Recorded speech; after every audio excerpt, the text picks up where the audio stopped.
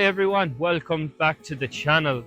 On this vlog, I'm going to be taking you through some very important biblical sites over here in this area. Right now I'm standing on the beach of Kusadasi, and right behind me is the Greek island of Samos.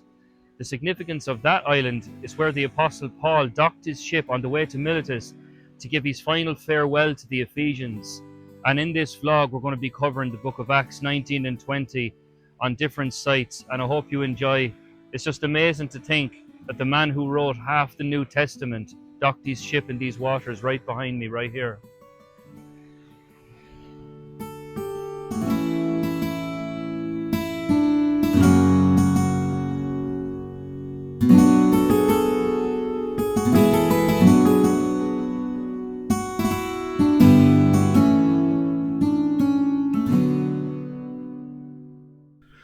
So Paul didn't do any missionary work itself on the island of Samos.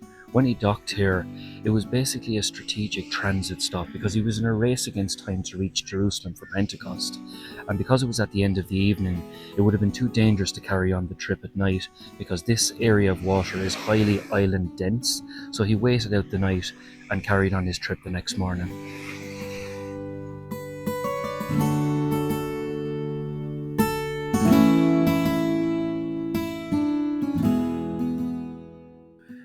The Apostle John was exiled on an island called Patmos, an island just beyond the horizon here, when he received a vision of revelation.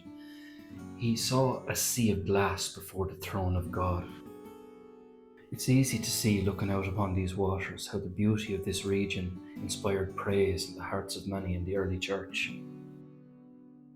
John was legally released from the island of Patmos because there was a change in Roman leadership at the time.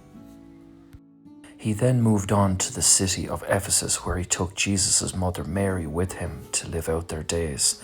We will be covering that next in this vlog.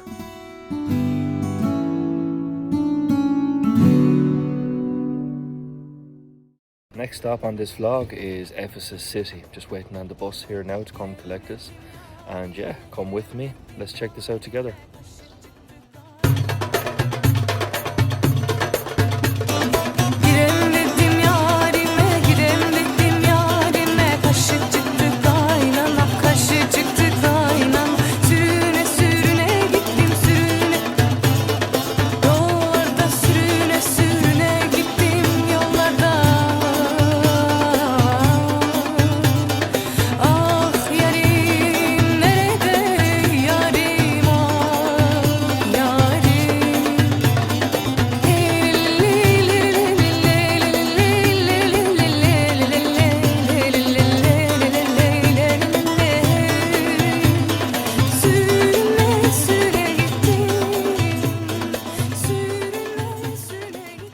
Now in the temple of Artemis. This was, back in the day, a pagan worship centered place. It's the very place where Ephesus actually started. Ephesus began here and then they were moved across the way. But this is where Apostle Paul was. He was so angered. He stood up and spoke against this place because they were big on goddesses and pagan worship. And you can see it's just a ruins now, but we're going to be carrying on now into the next spot.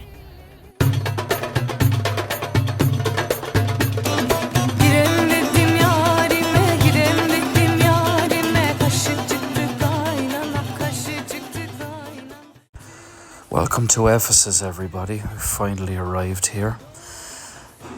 As we look around, I just want to bring your attention to the mountain here on the left.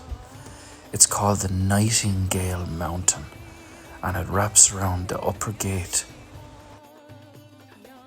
As we walk down these streets, just keep in mind these are the exact streets that the Apostle Paul, Apostle John, and the Blessed Virgin Mary walked.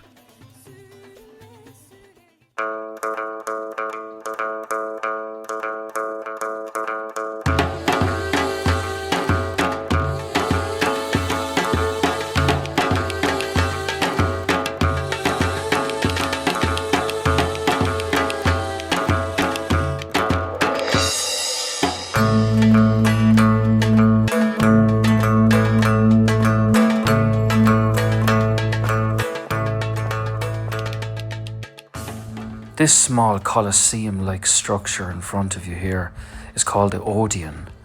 It was built by a wealthy couple in 2nd century AD. It seated approximately 1,500 people. It served as a council chamber where the city's senate came to discuss important civic and political matters. It also served as a concert hall for music and poetry reading. Just sitting here looking around, I can tell you that there's an energy about this place that just can't be described in words.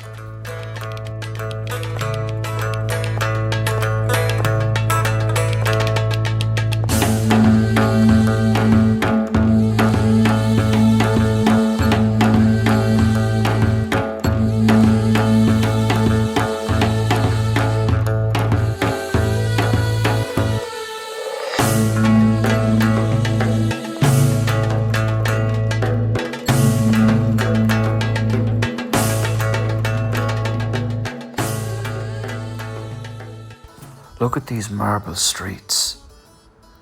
I'm in awe to say that the Apostle Paul and Apostle John walked these exact stones that we're walking on right now. John spent his final years here caring for Mary, Jesus' mother, right in this ancient city. When you read the book of Ephesians, remember it wasn't written to buildings. It was written to real people living on these busy streets. Oynasınlar bakalım bir araya gelince, bir araya gelince.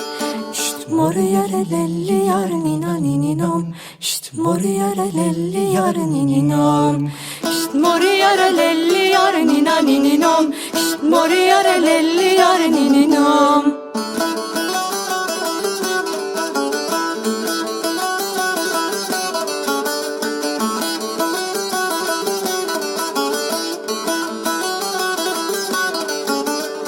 Bahçalarda eğrelti, bahçalarda eğrelti, oynarlar iki elti, oynarlar iki elti. Oynasınlar bakalım, oynasınlar bakalım, bir araya gelince, bir araya gelince.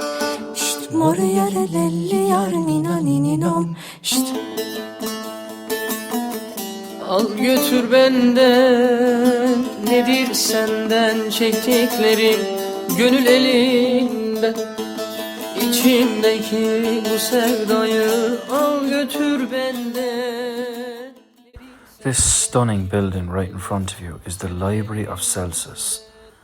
While it was built slightly after Paul's time, it highlights how intellectual Ephesus was.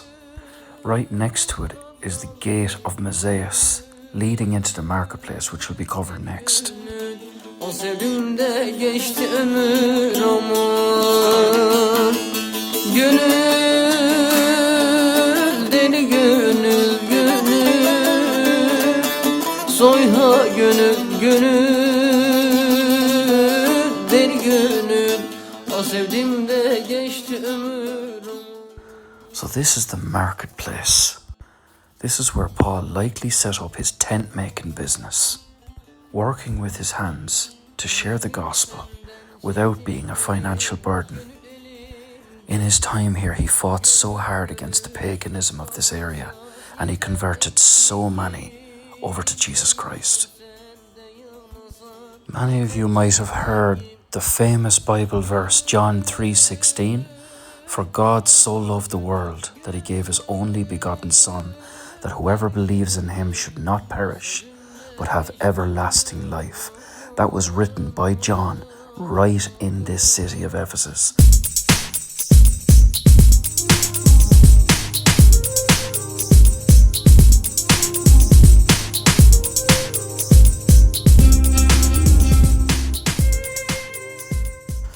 This is it right here, folks. The Great Theatre, found in Acts 19. A silversmith named Demetrius started a massive riot here. 25,000 people can fit in this Colosseum right here in front of you. Demetrius was furious because thousands were being converted over to Jesus Christ, which had a massive impact on his idol making, and people weren't buying his statues anymore. So if you can imagine, for 2 hours, people in here were screaming, "Great is Artemis of the Ephesians." Paul, of course, wanted to come right inside this place to preach, but his friends and followers had to stop him from going in for fear for his life. The gospel truly disrupted this city. So we're finishing this vlog, coming to the end here on this harbour road. This was the road that led to the harbour where Paul sailed away. In Revelation 2, Jesus praises the Ephesians for their hard work, but warns them, "You have forsaken your first love." Walking these ruins is a powerful reminder to keep your focus on Christ. Seeing these ruins, you'd have to say that it makes the book of Ephesians truly come to life. God took a church surrounded by idols and built them into a spiritual temple. Until next time, keep walking by faith. Love you guys.